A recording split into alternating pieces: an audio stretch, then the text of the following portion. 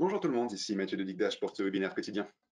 On va commencer d'ici 30 secondes à peu près. Avant, je voulais être sûr que tout le monde m'entende bien. Donc n'hésitez pas à me marquer un petit message dans le chat pour me dire que ça va. Je vois qu'il y a encore des participants qui sont en train de se connecter.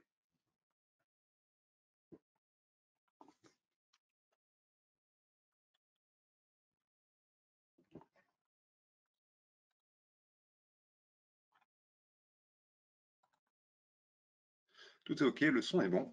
Parfait. Alors, si tout le monde est là, eh bien, bienvenue à ce webinaire. Du coup, aujourd'hui, nous allons voir le requêtage en langage naturel avec Digdash. Alors, juste pour une petite info avant qu'on commence, il y a déjà eu cette présentation la semaine dernière avec Jean-Baptiste, où on parlait de différents moyens de faire des requêtes sur Digdash sans passer par le studio. On a parlé de langage naturel et de self-service BI. Si vous avez déjà vu ce webinaire, bah, du coup, ça sera une redite, mais ça sera peut-être du coup l'occasion pour vous de voir des choses que vous avez loupées la dernière fois. Alors, qu'est-ce que c'est que le requêtage en langage naturel chez Digdash? Alors, par définition, c'est tout simplement de taper avec votre clavier une phrase qui vous permet de créer des graphiques à la volée. Et ça se base sur, par contre, des sources, enfin des cubes déjà chargés dans Digdash.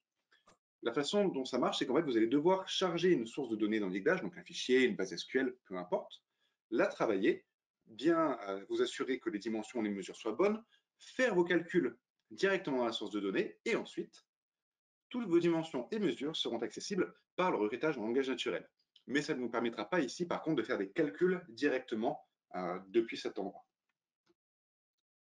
Alors, en prérequis, comme je l'ai dit, il faut avoir un cube créé. Et surtout, il faut que le cube soit indexé pour la recherche par texte. Alors, de base, ne vous inquiétez pas, tous les cubes sont indexés quand on les crée de base. Du coup, il faut parfois faire attention quand on a plusieurs sources de données qui s'appuient sur les mêmes modèles. Vous savez, si vous créez une source de données dans Digdash, vous faites un transformateur de source pour extraire des données, puis un transformateur de colonnes, et que vous avez peut-être 5-6 fois la même base de données, mais travaillée différemment, il serait peut-être bon de n'en indexer qu'une seule, que la dernière ou la plus complète, pour éviter qu'il y ait des dupliqués quand vous faites une recherche en langage naturel. Alors, on voit deux cas d'utilisation spécifiques pour la recherche en langage naturel. Alors, avant ça, je voulais juste faire une petite pause. Je vois qu'il y en a pas mal qui connaissent déjà le principe, mais dans les webinaires, il y a une boîte à questions en fait, qui vous permet, si vous le souhaitez, de me poser une question. Alors, si je le vois pendant la présentation, peut-être que je pourrais répondre directement. Sinon,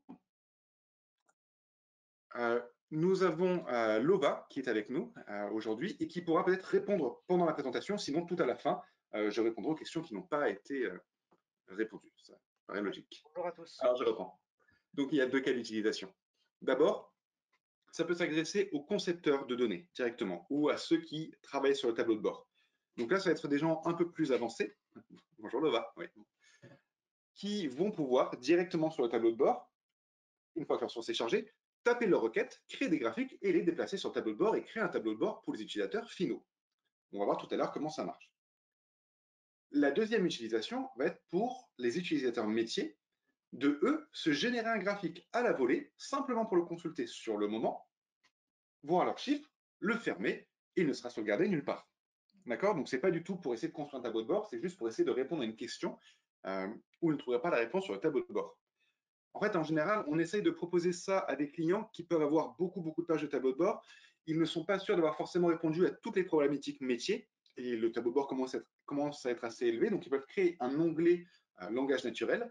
Ils vont mettre cette barre de recherche et un utilisateur métier peut dire, bah voilà, ici, je veux par contre savoir quel est le taux de facture non payée pour la région PACA, par exemple, si ce genre de choses n'a pas été prévu dans le tableau de bord. Après, si ça a déjà été prévu, il n'y a pas forcément besoin d'utiliser, mais on a vu aussi des clients qui pouvaient venir se servir de ça plutôt que de naviguer dans le tableau de bord. Ça peut être une des raisons. Alors, on va regarder les différents cas. Donc maintenant, je vais partir de la présentation pour le faire en direct, ce sera plus simple. Alors, là, j'ai créé un tableau de bord avec quelques indicateurs assez aléatoires. En mode concepteur de données, ce qu'il faut faire, c'est aller dans l'éditeur de tableau de bord, aller dans création de nouveaux graphiques, Et là, on a une partie qui s'appelle en langage naturel.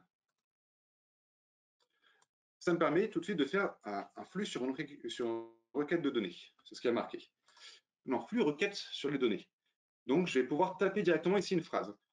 Je vais me servir de ma base de données Télécom. Pour ceux qui ont déjà fait nos formations, vous savez que c'est une base de données dont on sert pour, voilà, qui est assez complète, qui a pas mal de choses, qui permet de voir comment marche Digdash. Donc, je vais commencer. Je vais taper coût par région. Je vais demander à Digdash de chercher. Il ne trouve absolument rien. Coût par département. Recherche. Il ne trouve rien. Alors, les aléas du direct. Je vais vous expliquer ce qui s'est passé. Tout à l'heure, je suis venu ici pour m'assurer que ma source de données était bonne. Je l'ai sauvegardée. Et maintenant, oups, forcément, ma source de données, je ne l'ai pas synchronisée pour qu'elle marche. Donc, je vais le faire dès maintenant. Parfait. On va s'assurer, évidemment, qu'elle soit indexée, comme je vous l'ai dit tout à l'heure. Alors, indexer les dimensions, avancer. Oui, elle est indexée pour la recherche. On le voit ici, automatique. C'est parfait. Je vais retourner dans mon éditeur de tableau de bord. Je rafraîchis la page.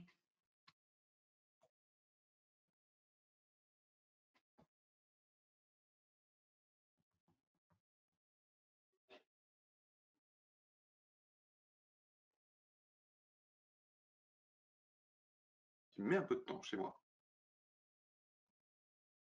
Je peux retourner depuis ici.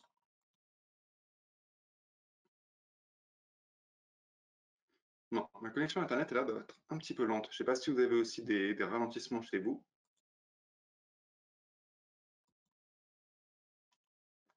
D'accord. Bon, je vais avancer avec le PowerPoint en attendant que ma connexion revienne. J'imagine que tout le monde m'entend encore?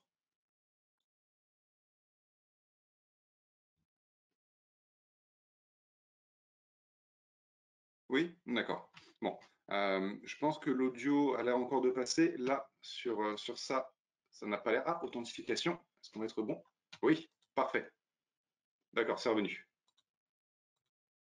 Alors, je vais revenir ici. Donc, je reviens sur langage naturel.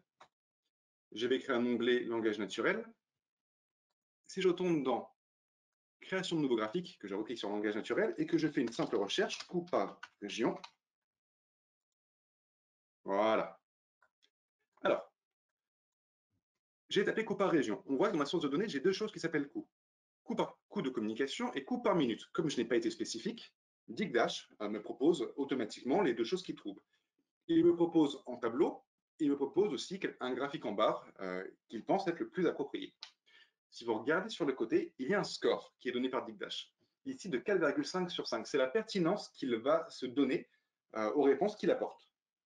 Quand il y a beaucoup d'ambiguïté, je pourrais avoir une liste assez complète avec des notes qui vont de 5 à peut-être 2, 2,5, voire 3, en disant que voilà, on n'est pas vraiment sûr, mais peut-être que c'est ça que tu veux dire. Alors, dans cette source de données, on a aussi des départements. Très bien. Une chose que Digdash fait, c'est qu'il a mis en place un dictionnaire et une manière de rechercher les choses avec du fuzzy match. Alors, ce que ça veut dire, c'est que je peux me tromper dans ma source de données. Vous voyez que coût, là, par exemple, il y a un accent circonflexe que je n'ai pas noté. Là, j'ai rajouté une lettre en plus. Je cherche, ça me trouve encore des choses. En cliquant, j'ai mon graphique qui apparaît. Je peux continuer à mal taper. Digdash va toujours continuer à essayer de faire une sorte de match, de dire, OK, tu as tapé des fragments, peut-être que ça peut dire, peut-être que ça peut être département, voyons. Au bout d'un moment, forcément, ça ne marchera plus. Hein. Voilà. Là, il n'est pas vraiment sûr. Coût de communication sous forme de graphe. Il n'a pas compris ce qu'était ce mot. C'est assez logique, mais ça permet d'avoir assez de latitude dans ce qu'on peut donner à nos utilisateurs métiers quand ils cherchent quelque chose. Voilà, même s'ils ne sont pas forcément sûrs de l'orthographe. Alors, je reviens. Donc, si je suis un concepteur de tableau de bord, je viens ici. J'ai mon coût par région. Je clique dessus. Je me dis très bien, c'est exactement ce que je voulais. Je voulais ce graphique-là. Je peux maintenant le sauvegarder en langage naturel. Je vais l'appeler mardi parce que nous sommes mardi. Je le sauvegarde. Deux choses vont se passer. La première, il apparaît directement sur mon tableau de bord. Je peux l'utiliser, le déplacer, m'en servir. Si je retourne ici dans ma liste de graphique disponible, je vois qu'il a été sauvegardé dans le studio et je peux maintenant m'en servir. Alors évidemment, avec ce genre de recherche, on ne peut pas faire de choses poussées, on ne peut pas mettre de légendes, de couleurs comme on le voudrait, mais ça permet de créer les graphiques de base et pourquoi pas, après dans le studio, de les modifier, voilà, de mettre un peu de couche de design dessus s'il faut. Maintenant, on va passer à ce qu'il faut faire pour un utilisateur métier. Donc là, on a un concepteur de données qui peut éditer le tableau de bord, qui peut créer des choses, très bien. Si je veux laisser la place à un utilisateur métier, il faut que j'ajoute sur la page, dans contenu additionnel, ce qu'on appelle requête sur les données. Alors, je vais l'étendre. Vous voyez, si je clique dessus, pour l'instant, ça ne fait rien, c'est juste un bloc que je peux déplacer. Maintenant, je vais sauvegarder.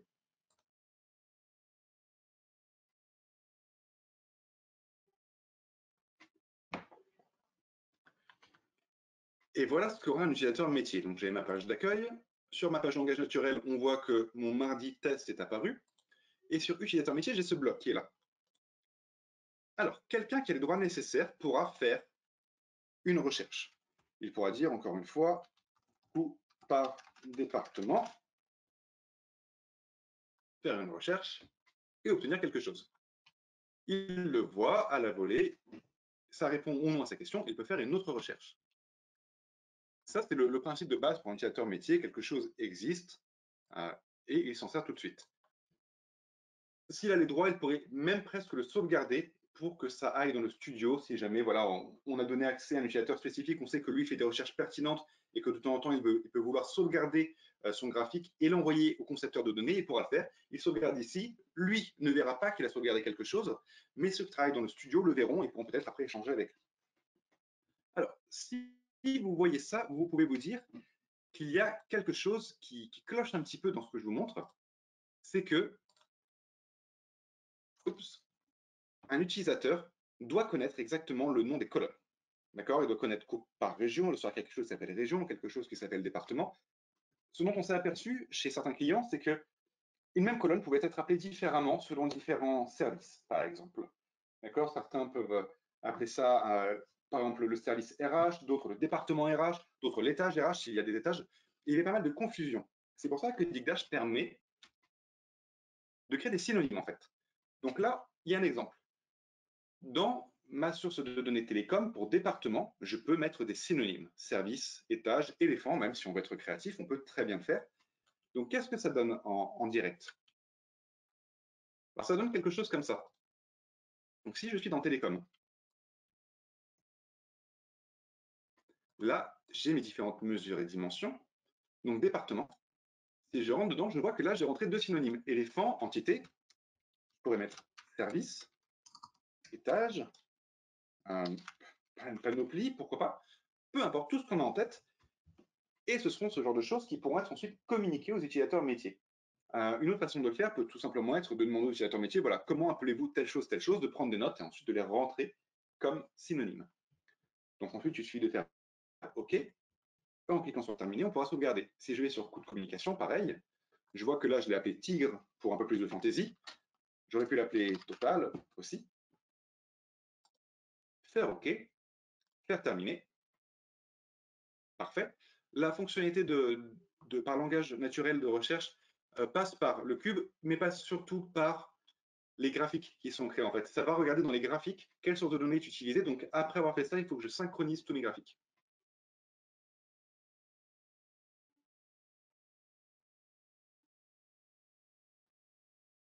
Parfait. Une fois que c'est fait, je peux simplement revenir sur ma page. Encore une fois, on va la rafraîchir en espérant que cette fois, ça ne prenne pas plus d'une minute.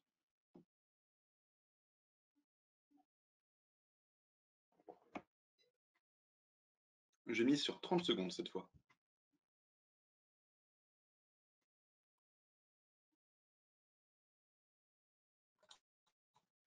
En attendant que ça charge, je vous montre le rendu final. Voilà, si je pars avec mes noms fantasy, tigre par éléphant, ben, ça me dit tout simplement ma coût par département sous forme de graphe en barre. Et ça marche sans problème. Dès que ça charge, parfait. Donc tigre par éléphant, coût de communication par département sous forme de graphe. Alors ça, c'est vraiment la fonctionnalité de base qu'on vient de voir pour l'instant. C'est-à-dire que j'ai ma source de données, j'ai mis mes synonymes, je dis aux gens, à mes utilisateurs, comment l'utiliser et ils y vont. Ce qu'on recommande à chaque fois, parce qu'il y a pas mal de confusion qui se passe, c'est de mettre sur le côté un encadré ici qui expliquera comment faire des recherches, en disant qu'il vaut mieux commencer par la mesure, et ensuite il y a des mots-clés par ma dimension. Nous avons aussi une documentation qui est livrée de base dans Digdash, qui permet de voir exactement comment faire. Alors, requête en langage naturel, on ne va pas la regarder là parce qu'elle est assez longue et elle est assez complète, mais je recommande toujours de la mettre en lien pour que les utilisateurs puissent la consulter. Parce que souvent, les utilisateurs vont venir, ne vont pas trouver comment faire. Certains vont faire des recherches Google ou Alexa. Par exemple, j'ai déjà vu des gens dire montre-moi mon taux par l'assiette d'occupant de. Alors, ça ne marche pas évidemment. Il faut que ça ait été prévu dans le modèle de données. Et c'est pour ça qu'ici, on a toute une documentation qui explique comment taper les choses, quels sont les mots-clés. Il vaut mieux voilà, donner aux gens l'opportunité de la lire s'ils sont vraiment intéressés par ça. Après, plutôt que de donner à quelqu'un quelque chose qui fait 18 pages, un petit encadré sur le côté qui dit voilà comment ça marche. Vous mettez le nom de la dimension par le nom de la mesure ou inversement, et ensuite une liste. Vous mettez la liste des dimensions et des mesures disponibles dans le modèle de données intéressantes pour eux. Ça fait des merveilles. Ça marche tout de suite, les gens comprennent et il n'y a pas forcément besoin d'aller plus loin. Donc une fois que vous êtes prêt et que vous avez fait ça, Digdash peut en fait aller plus loin. C'est-à-dire que là, on a juste vu voilà, une mesure par dimension, mais on peut spécifier le type de rendu qu'on voudrait. Par exemple, je voudrais un camembert des coupes par région.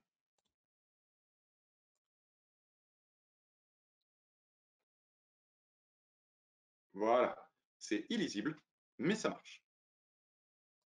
J'aurais peut-être dû le faire par camembert des coupes par type de ligne, qui est une autre dimension. Voilà, sous forme de graphe en secteur.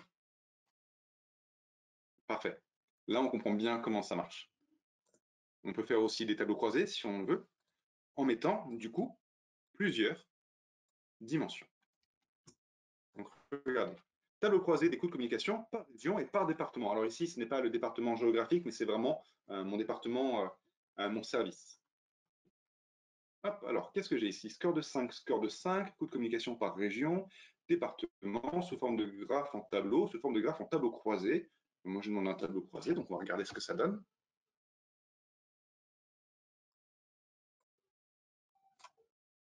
Donc, j'ai exactement ce que j'ai demandé. D'un côté, mes départements, donc mes services, et de l'autre côté, mes régions. Donc ça, c'est vraiment pour la visualisation. Maintenant, je peux aussi trier les choses. Donc, le coût par région, par exemple en France, croissant, qui va me permettre de comprendre quels sont les tops. Parfait, croissant, du plus petit au plus grand, pour mes régions en France. On a aussi les tendances. Donc, je pourrais par exemple avoir mes top 3 tigres par région. Donc, tigre, si vous avez suivi, ce sont mes coûts de communication. Donc, les top 3 sont Grand Est, Nouvelle-Aquitaine, Auvergne-Rhône-Alpes. Et on peut aussi changer l'agrégation. Alors, l'agrégation, ça veut dire qu'on peut faire, par exemple, la moyenne ou la somme.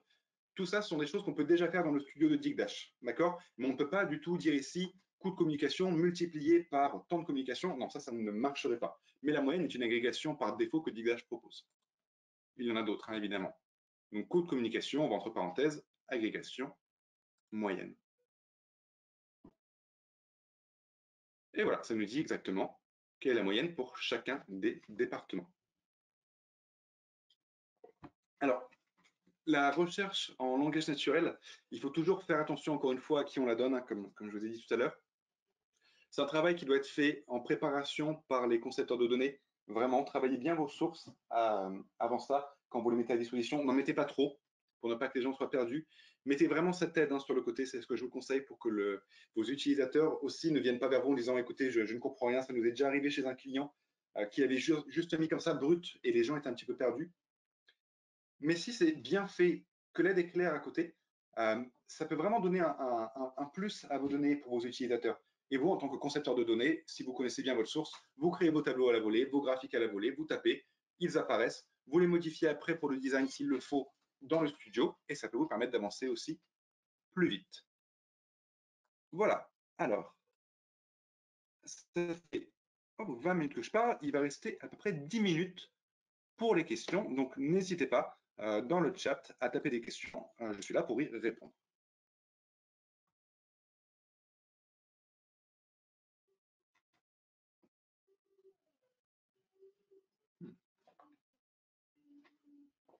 On va attendre encore. Hein. Si d'ici 30 secondes, minutes, il n'y a pas de questions, je vous dirai merci et au revoir, du coup, tout simplement.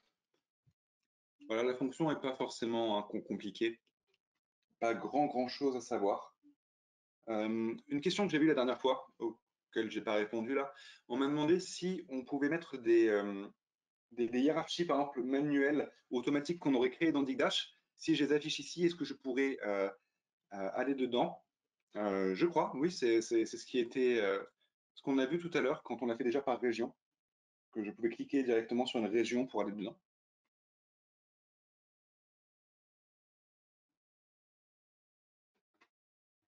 Bon, écoutez, il n'y a pas l'air d'avoir de questions, ou alors c'est une question très longue. Ah, si, pouvez-vous réexpliquer comment peut-on préciser le type de graphe qu'on veut en langage naturel? Oui, il suffit de le mettre en titre. Par exemple, là, regardez, je tape camembert, des coûts par région.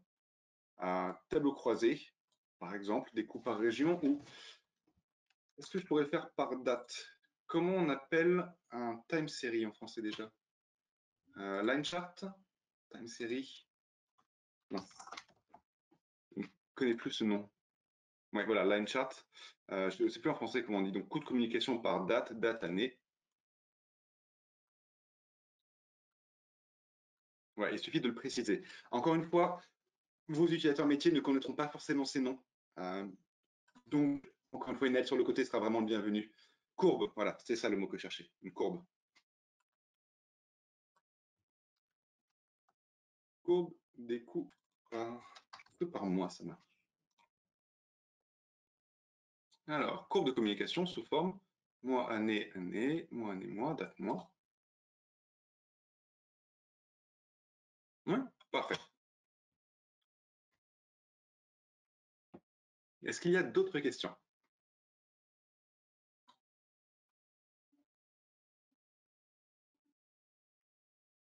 Ça a l'air d'être tout. Envoyez-moi juste un petit ping si vous avez une question, vous êtes en train d'en taper une un peu grande, comme ça j'attends. Sinon, en attendant, il ne me reste plus qu'à vous remercier d'avoir suivi ce webinaire quotidien sur la recherche en langage naturel. N'hésitez pas à vous inscrire à nos autres webinaires qui arrivent. On a pas mal d'intéressants sur des fonctionnalités avancées. Et du coup, bonne journée à vous. Merci, bonne journée à vous, les messages. À plus tard, merci encore.